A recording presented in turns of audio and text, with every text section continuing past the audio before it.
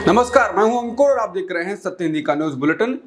एक नजर अब तक की सुर्खियों पर। अखिलेश यादव बगावत करने वाले नेताओं के प्रति सख्त रुख अपना चुके हैं। समाजवादी पार्टी से बगावत करने वाले और धोखा देने वाले नेताओं को लेकर पार्टी अध्यक्ष अखिलेश यादव का बयान सामने आया है।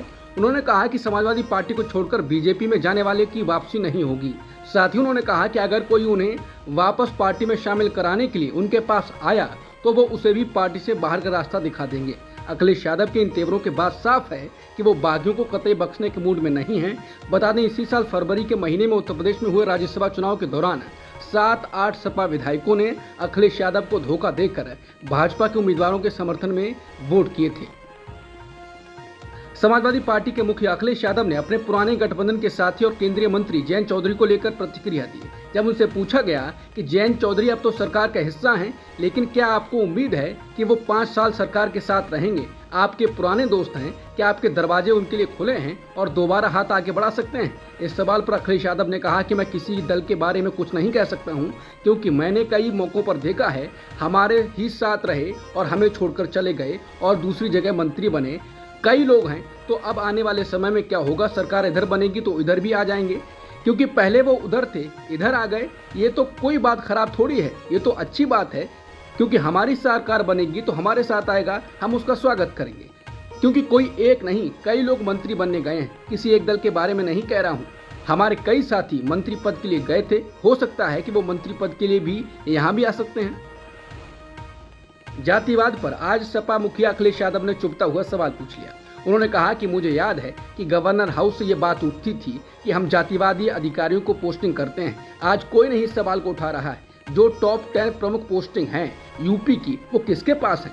आज कोई नहीं सवाल को उठा रहा है। हमको जातिवादी कहा जाता था, राज्यपाल के ऑफिस से सवाल पूछा जाता था, आज सब चुप हैं। अखिलेश यादव ने कहा ये सरकार बहुत बुरी चल रही है। इसके साथ ही अखिलेश यादव ने कहा कि सांप्रदायिक राजनीति पीडीए परिवार ने खत्म कर दी। जैसे आखिरी वक्त में दिया फड़फड़ाता है, इसी तरह से भारतीय जनता पार्टी अपने सांप्रदायिक राजनीति को लेकर फड़फड़ा रही है।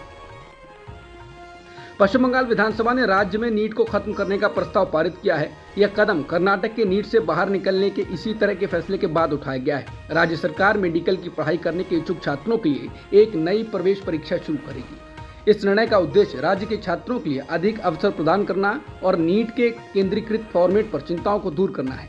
पश्चिम बंगाल का ये फैसला कर्नाटक के इसी तरह के प्रस्ताव को फॉलो करता है, जिसे पहले सोमवार को मंजूरी दी गई थी। संसद में बजट पर चर्चा के दौरान पश्चिम बंगाल से टीएमसी सांसद अभिषेक बनर्जी और स्पीकर ओम बिरला के बीच बहस हो गई। दरअसल अभिषेक बनर्जी बजट पर बात कर रहे थे। इस दौरान उन्होंने नोटबंदी का जिक्र कर सवाल उठाए। इसके बाद स्पीकर ने उन्हें टोकते हुए कहा कि आप वर्तमान बजट पर बोलिए। 2016 के बाद 2019 भी बीत गया है। अभिषेक ने इस पर स्पीकर से कहा कि कोई 60 साल पहले नेहरू की बात बोलता है, कोई 50 साल पहले इमरजेंसी पर बोलता है, तब आप कुछ नहीं बोलते हैं, और जब मैं 5 साल पहले हुई नोटबंदी पर बोलूंगा तो आप बोलेंगे। वर्तमान मुद्दे पर बोलिए, ये पक्षपात नहीं चलेगा sir. Sir, shockingly, counterfeit notes increased by 10.7% in 22, with fake 500 rupees note rising to 16 के बाद तो 19 में चुनाव हो गए, and 2000 rupees note by 54%. Sadly, 130 fellow Indians lost their lives due to heat and the strain of standing in long queues, falling victim to this eccentric decision. That's why we say E for eccentric. Now I come to the last letter. Sir, T. माननीय T सदस्य for please. tragedy. माननीय Sir, सदस्य T for tragedy. माननीय सदस्य आप वर्तमान budget पे बोले। 2016 के बाद तो 2019 नहीं। सर मैं जवाहरलाल नेहरू का बात तो लोग बोलेगा। सर जवाहरलाल नेहरू की बात तो लोग बोलेगा। कोई 60 साल पहले जवाहरलाल नेहरू का बात करेगा, दूसरे नेताओं का बात करेगा, तब आप कुछ नहीं बोलेंगे। सब बोलते मैं हैं। 5 साल पहले का डिमोनेटाइजेशन का बात सब बोलते करूंगा तो आप कहेंगे भाई वर्तमान इशू पे बोलिए। बजट सर ये बजट पे। पक्षपात नहीं चलेगा सर। बजट पे मैं बजट पे ही बोल रहा हूँ। जब विप्लव देव बोल रहा था तब 100 साल पुराना बात कर रहा था, 50 साल पुराने इमरजेंसी का बात कर रहा था, तब आप चुप थे। और अब मैं डिमोनेटाइजेशन का बात कर रहा हूँ, आपको चुप रहे। वाह सर वाह। बोलिए अपनी बात पे। T for tragedy. Abhishek Banerjee ने लोकसभा में बीजेपी पर निशाना साधते हुए कहा कि गठबंधन का मतलब समन्वय होता है और कोई भी उसे मोदी 3.0 नहीं कह रहा। इस सरकार को खुद मंत्री, बीजेपी के मंत्री भी मोदी 3.0 नहीं कह रहे हैं। ये सरकार काफी अनिश्चित और नाजुक है और कभी भी गिर सकती है। और आखिर में बैनर्जी ने कहा कि सब्र रखिए और कुर्सी की पेटी भी बांध लीजिए क्योंकि मौसम बिगड़ने वाला है।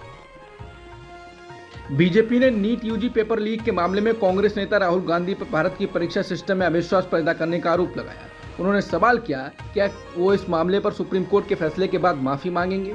बता दें, मंगलवार को सुप्रीम कोर्ट ने परीक्षा रद्द करने और दोबारा परीक्षा कराने के बाद से इनकार कर दिया था।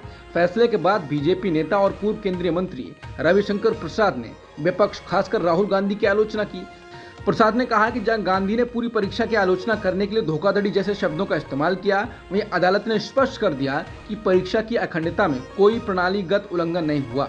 उन्होंने पूछा क्या राहुल गांधी अब माफी मांगेंगे। केंद्रीय बजट से नाराज तमिलनाडु के मुख्यमंत्री एम.के. स्टालिन ने पीएम मोदी को चुनौती दी। उन्होंने कहा कि आपने कहा था कि अब हमें देश के बारे में सोचना है, लेकिन मंगलवार को पेश हुआ केंद्रीय बजट आपके शासन को बचाएगा, भारत को नहीं। स्टालिन ने कहा कि आप सामान्य तौर पर सरकार चलाएं और लोगों से बदला लेने पर आमादा ना हो जिन्होंने आपको अभी तक हराया है। मैं ये सलाह देने के लिए बाध्य हूँ कि यदि आप अपनी राजनीतिक पसंद नापसंद के अनुसार सरकार चलाएंगे तो आप अलग थलग पड़ जाएंगे। लोकसभा चुनाव 2024 के चुनावों की निष्पक्षता पर सवाल उठाने वाली एक हालिया रिपोर्ट में बताया गया है कि शुरुआती वोटिंग के आंकड़ों से लेकर अंतिम वोटिंग के आंकड़ों तक 4 करोड़ 65 लाख वोटों के बढ़ने से देश के 15 राज्यों में भाजपा के नेतृत्व वाले एनडीए को 79 सीटें मिल गई हैं। वोट फॉर डेमोक्रेसी की रिपोर्ट में आरोप लगाया गया है कि हेरफेर के कारण वोटों की बढ़ोतरी के जरिए महाराष्ट्र में 11 निर्वाचन क्षेत्रों को एनडीए ने जीत लिया। फ्री प्रेस जर्नल पर छपी इस रिपोर्ट में कहा गया है कि रिपोर्ट में चुनाव आयोग द्वारा वोटिंग प्रतिशत में बढ़ोतरी के साथ साथ चुनाव में डाले गए कुल वोटों और गिने गए कुल वोटों के बीच अंतर के बारे में गंभीर चिंता जताई गई है। रिपोर्ट में आरोप लगाया गया है कि वोट प्रतिशत में अभूतपूर्व वृद्धि के कारण पूरे देश में बीजेपी के नेतृत्व वाली एनडीए को 79 सीटें मिली। इसमें ओडिशा की 18, महाराष्ट्र की 11, पश्चिम बंगाल की 10, आंध्र प्रदेश की 7, कर्नाटक की 6, छत्तीसगढ़ और राजस्थान की 5-5, बिहार, हरियाणा, मध्य प्रदेश और तेलंगाना की 3-3, असम की 2 और 1 सीट अरुणाचल प्रदेश, गुजरात और केरल की। आंध्र प्रदेश के पूर्व मुख्यमंत्री और वाईएसआरसीपी प्रमुख वाईएस जगन मोहन रेड्डी ने राज्य विधानसभा में विपक्ष के नेता के रूप में मान्यता प्राप्त करने की मांग करते हुए एक याचिका के साथ आंध्र प्रदेश हाईकोर्ट का दरवाजा खटखटाया है। मंगलवार को जगन ने याचिका दायर करते हुए तर्क दिया कि विधानसभा में विपक्षी दल की असंख्यात्मक ताकत के आधार पर उन्हें ये दर्जा दिया जाना चाहिए। उन्होंने तर्क दिया कि संसदीय परंपराएं तय करती हैं कि विपक्ष में सबसे अधिक सदस्यों वाली पार्टी का नेता इस दर्जे का हकदार है। उत्तर प्रदेश बीजेपी में घमासान मचा हुआ है। योगी के खिलाफ बगावत हो रही है। इस बीच अब योगी और मोदी की मुलाकात 27 जुलाई को हो सकती है। दरअसल मुख्यमंत्री योगी आदित्यनाथ 27 जुलाई को नीति आयोग वर्किंग काउंसिल की बैठक में भाग लेने के लिए नई दिल्ली जाएंगे। इस बीच ही राज्य भाजपा के भीतर चल रहे घमासान पर अपनी बात रखने के लिए प्रधानमंत्री मोदी और योगी की मुलाकात होने की संभावना है। हालांकि मुख्यमंत्री के कार्यक्रम को अभी भी अंतिम रूप नहीं दिया गया है।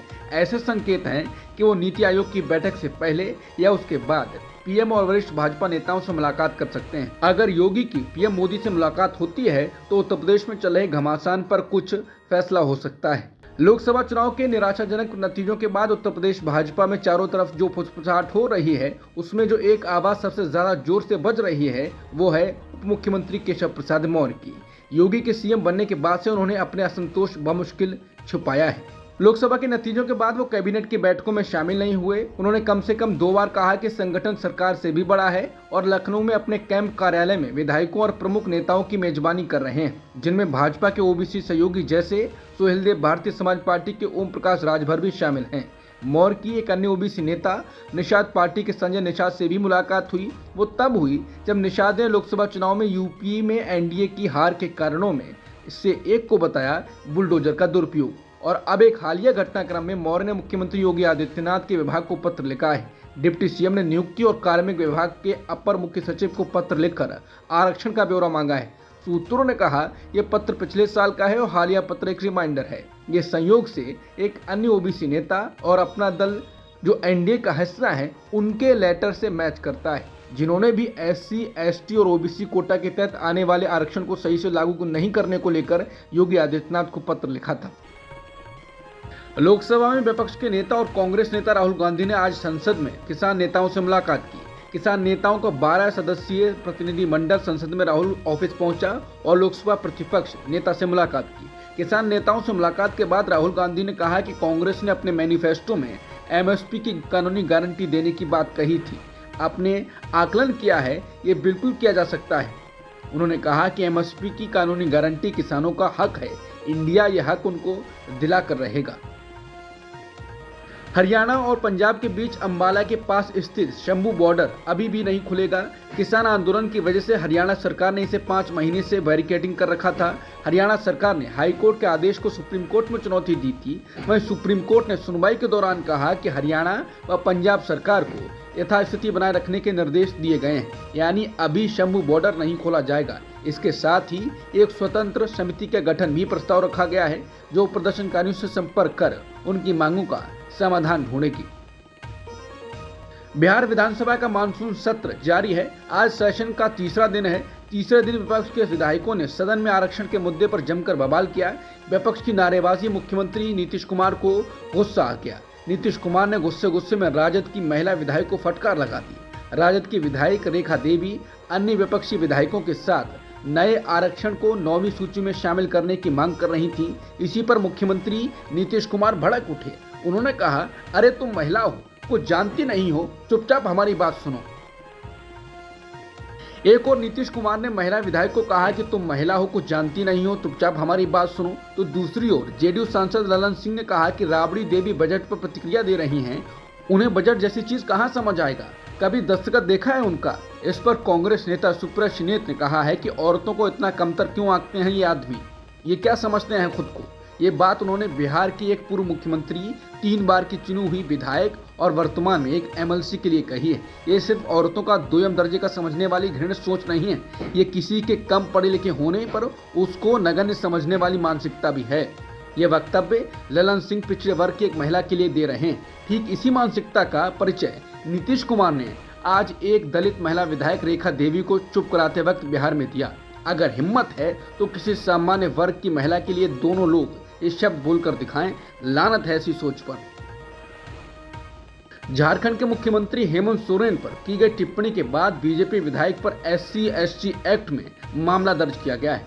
मंगलवार को झामुमो कार्यकर्ता राजेंद्र उरांव की तहरीर पर गढ़वा जिले के रमना थाने में बीजेपी विधायक भानु प्रताप शाही के खिलाफ ST SC एक्ट के तहत FIR दर्ज की गई है। राजेंद्र उरांव ने तहरीर में कहा है कि 22 जुलाई को बीजेपी विधायक भानु प्रताप शाही ने रांची में कार्यकर्ताओं को संबोधित करने के दौरान CM हेमंत सोरेन को जानबूझकर आदिवासी होने के कारण अपमानित करने की नीयत से कहा था कि उन्हें गट्टा पकड़कर कुर्सी से उतारेंगे।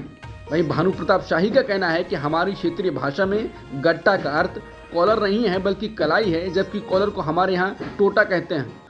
पश्चिम बंगाल के मुख्यमंत्री ममता बनर्जी को छोड़कर इंडिया गठबंधन राज्यों के मुख्यमंत्री 27 जुलाई को होने वाली नीति आयोग की बैठक का बहिष्कार करेंगे। यह बहिष्कार केंद्रीय बजट के विरोध में है, जिसके बारे में विपक्षी दलों का दावा है कि यह गैर NDA राज्यों के लिए भेदभावपूर्ण है। इसमें पर्याप्त धन नहीं दिया गया है। इसकी शुरुआत MK स्टालिन ने की। तमिलनाडु के मुख्यमंत्री MK स्टालिन ने चेन्नई में बहिष्कार की घोषणा की। इसके बाद कांग्रेस ने कहा कि हिमाचल प्रदेश के सुखविंदर सिंह सुक्खू, कर्नाटक के सिद्धारमैया और तेलंगाना के रेवंत रेड्डी सहित उसके मुख्यमंत्री बैठक में शामिल नहीं होंगे। पंजाब के मुख्यमंत्री भगवंत मान, झारखंड के मुख्यमंत्री हेमंत सोरेन और केरल के मुख्यमंत्री पिनाराई विजयन के भी बैठक में शामिल होने की उम्मीद है। भारतीय सेना के लिए काम कर चुके पूर्व अग्निवीरों को अब केंद्रीय सशस्त्र पुलिस बलों में 10% आरक्षण का फायदा मिलेगा। केंद्रीय गृह मंत्रालय ने पूर्व अग्निवीरों को सुरक्षा बलों में 10% आरक्षण देने का फैसला किया है। BSF के DG ने इस बारे में जानकारी देते हुए कहा कि BSF पूर्व अग्निवीरों को 4 साल के अनुभव के बाद अपने लिए उपयुक्त मानती है। दिल्ली की एक अदालत ने यूट्यूबर ध्रुव राठी को बीजेपी नेता सुरेश करमशी नखुआ द्वारा दायर मानहानि मामले पर समन जारी किया है। राठी पर यह मामला उसके बाद दर्ज हुआ है जब उन्होंने उन्हें कथित तौर पर हिंसक और अपमानजनक ट्रोल कहा था। साकेत कोर्ट के जिला न्यायाधीश गुंजन गुप्ता ने 19 जुलाई को आदेश पारित किया। अदालत ने अंतरिम राहत के लिए नखुआ की याचिका पर राठी को नोटिस भी जारी किया और कहा कि मामले की अगली सुनवाई 6 अगस्त को होगी।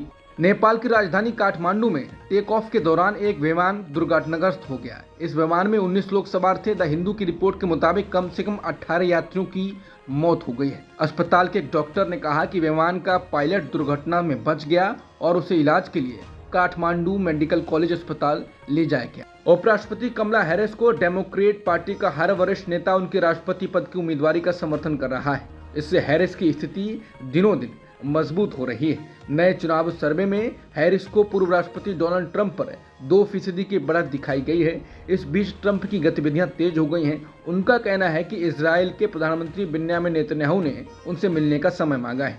ट्रंप का ये बयान रणनीतिक है क्योंकि अमेरिका में यहूदी लॉबी बहुत मजबूत है। ट्रंप ने उनका समर्थन पाने के लिए ये बयान दिया। अमेरिका में डेमोक्रेटिक पार्टी की राष्ट्रपति पद के उम्मीदवार उपराष्ट्रपति कमला हैरिस हैं। उन्होंने सोमवार को अपने अभियान की शुरुआत रिपब्लिकन उम्मीदवार ट्रंप पर तीखे हमले के साथ की। उन्होंने आरोप लगाया कि पूर्व राष्ट्रपति संविधान खत्म करना चाहते हैं। अब हमारी लड़ाई भविष्य और आज़ादी की है। उन्होंने कहा, यह हमारे जीवन का सबसे महत्वपूर्ण चुनाव है और हमें किसी भी हालत में ट्रंप को रोकना है। अगर ट्रंप राष्ट्रपति बने तो संविधान को खत्म कर देंगे। 13 जुलाई को अमेरिका के पूर्व राष्ट्रपति ट्रंप पर जानलेवा हमला हुआ। FBI मामले की जांच में जुटी हुई है, लेकिन अभी तक हमले के पीछे का सही कारण नहीं मालूम चल सका है। हमले के बाद अमेरिका के सीक्रेट सर्विस पर भी कई सवाल खड़े हो रहे हैं। अब इस मामले में एक बड़ा अपडेट सामने आया है। अमेरिकी सीक्रेट सर्विस डायरेक्टर किम्बरली चीटल ने ट्रंप की सुरक्षा में चूक होने के बाद अपना पद से इस्तीफा दे दिया है, जिसके बाद लोग इस वीडियो को ट्वीट कर रहे हैं कि डेमोक्रेसी ऐसी होती है।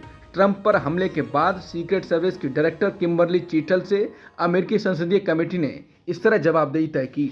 अब तक की सुर्खियों में इतना ही। बाकी खबरों के लिए बने रहिए सत्यहिंदी.com के साथ।